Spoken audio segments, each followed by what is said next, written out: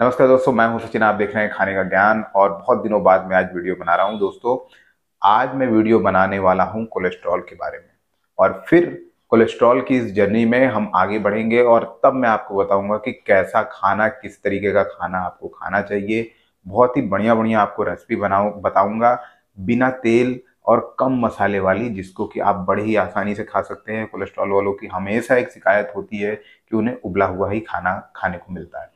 तो चलिए दोस्तों, सबसे पहले हम लोग जानते हैं कोलेस्ट्रॉल के बारे में।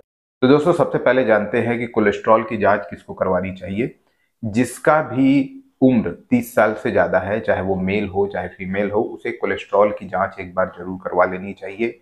अगर सब कुछ रेंज के अंदर है तो ठीक है, आप अपनी लाइफ जैसे जीते आए हैं वैसे जीजिए।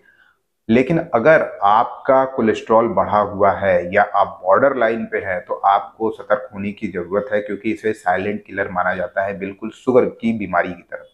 तो दोस्तों, आपको सबसे पहले क्या करवाना है कि कोलेस्ट्रॉल का जांच करवाना है। कोलेस्ट्रॉल का जांच आप अच्छे किसी पैथोलॉजी से आप करवा सकते हैं। लाल पैथ से करवाएं तो ज़्यादा अच्छा है, वरना आप किसी भी पैथोलॉजी से करवा सकते हैं। 300 से 400 रुपए के बीच में ये जांच हो जाती है। आप इसको दिन भर में कभी भी करवा सकते हैं, खाना खाने से पहले, खाना खाने के बाद। तो कोलेस्ट्रॉल के दोस्तों लक्षण क्या होते हैं। अगर आपको सीढ़ियाँ चढ़ने उतरने में सांस फूलने लगता है, हार्ट की जो धड़कन है वो तेज हो जाती है, आपको कभी घबराहट महसूस होती है या अचानक हार्ट तेज हो जाता है, बहुत ज़्यादा चलने पर बहुत ज़्यादा थकान हो जाती है, तो आपको कोलेस्ट्रॉल की जांच बिल्कुल करवा लेनी चाहिए। तो चलिए दोस्तों, वीडियो देख के आपने कोलेस्ट्रॉल का जांच तो करवा लिया। अब उस जांच की रिपोर्ट जो है उसे आपको किस तरीके से देखनी है, ये है आपके स्क्रीन पे एक कोलेस्ट्रॉल की रिपोर्ट। तो दोस्तों, रिपोर्ट के बारे में मैं आपको बता देता हूं।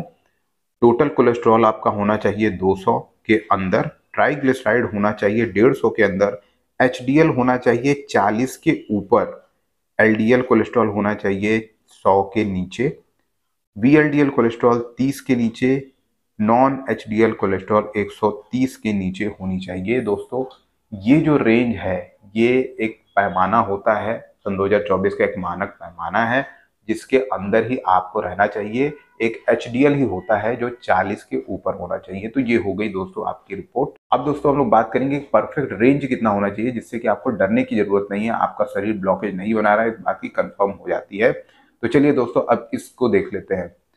तो सबसे पहले दोस्तों, टोटल कोलेस्ट्रॉल जो होता है वो 140 के नीचे होना चाहिए।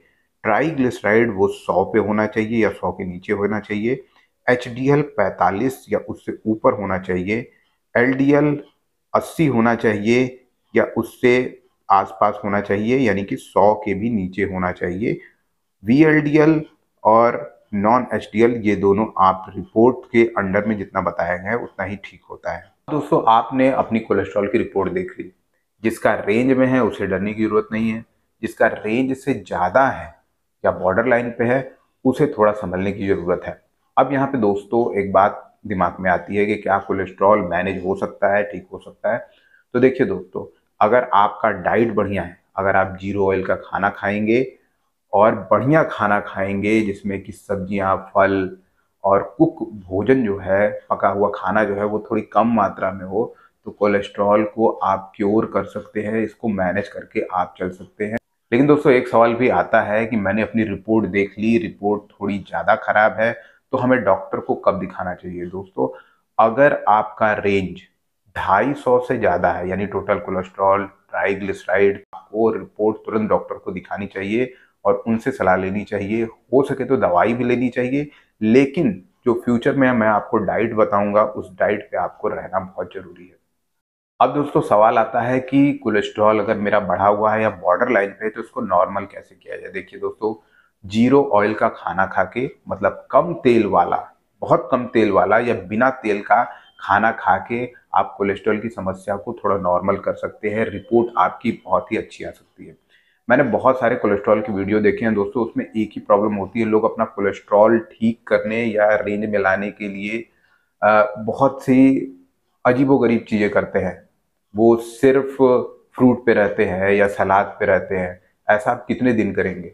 ऐसा आप 2 महीना कर सकते हैं, 3 महीना कर सकते हैं। सिर्फ या जूस पे रहना है तो आप 1 हफ्ता करते हैं, उससे आपका रिपोर्ट नॉर्मल आ जाएगा। लेकिन जब आप फिर से खाने पीने लगेंगे तो रिपोर्ट आपका फिर से बढ़ जाएगा, सारी चीज़ें बढ़ी हुई आएंगी, रिपोर्ट देखेंगे आपको फिर से परेशानी होगी।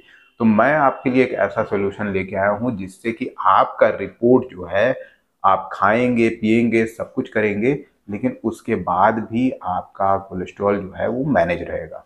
अब दोस्तों, जब कोलेस्ट्रॉल के लोगों के खाने पीने की बात हो रही है तो बहुत ही खराब खाना उनको सर्व किया जाता है, फ्रूट सर्व किया जाता है, सलाद सर्व किया जाता है जो कि रोज रोज एक ही तरह का होता है, या खाना जो होता है उनका उबला हुआ होता है जिससे कि टेस्ट नहीं आता। कुछ दिन तो वो इस डाइट पे रहते हैं, फिर इस डाइट को छोड़ देते हैं और नॉर्मल अपनी लाइफ में आ जाते हैं, जिससे कि उनको प्रॉब्लम होती है। तो दोस्तों, मैं आपके लिए बहुत ही बढ़िया डाइट बनाने वाला हूँ जिसमें कि आप सारी चीज़ें जो आप रोज की रूटीन में खाते हैं, जो नॉर्मल घर में सब्जियां बनती हैं, वही सब मैं आपको बनाना सिखाऊंगा, बिना तेल, कम मसाले में, जो कि खाने में भी टेस्टी रहेगा। उस डाइट पे आप जिंदगी भर रह सकते हैं, अपनी लाइफ को बहुत ही अच्छे से जी सकते हैं। तो दोस्तों, ये थी कुछ इन्फॉर्मेशन कोलेस्ट्रॉल के बारे में। अगर आपकी एज 30 साल से ज़्यादा है तो एक बार कोलेस्ट्रॉल की जांच करवाएं। अगर आपकी बहुत ज़्यादा सांस फूलती है, थोड़ा सा चलने में सीने में दर्द होता है और आपको घबराहट महसूस होती है, तो आपको क्या करना है दोस्तों कि थोड़ा सा सतर्क हो जाना है, कोलेस्ट्रॉल की जांच करवानी है। बहुत ज़्यादा कोलेस्ट्रॉल बढ़ा हुआ है तो बिल्कुल आपको डॉक्टर की सलाह लेना है। कम है कोलेस्ट्रॉल तो आप अपने डाइट से उसको मैनेज और क्योर कर सकते हैं। तो दोस्तों, ये थी इन्फॉर्मेशन कोलेस्ट्रॉल के बारे में। मिलते हैं अगली वीडियो में। Thank you so much.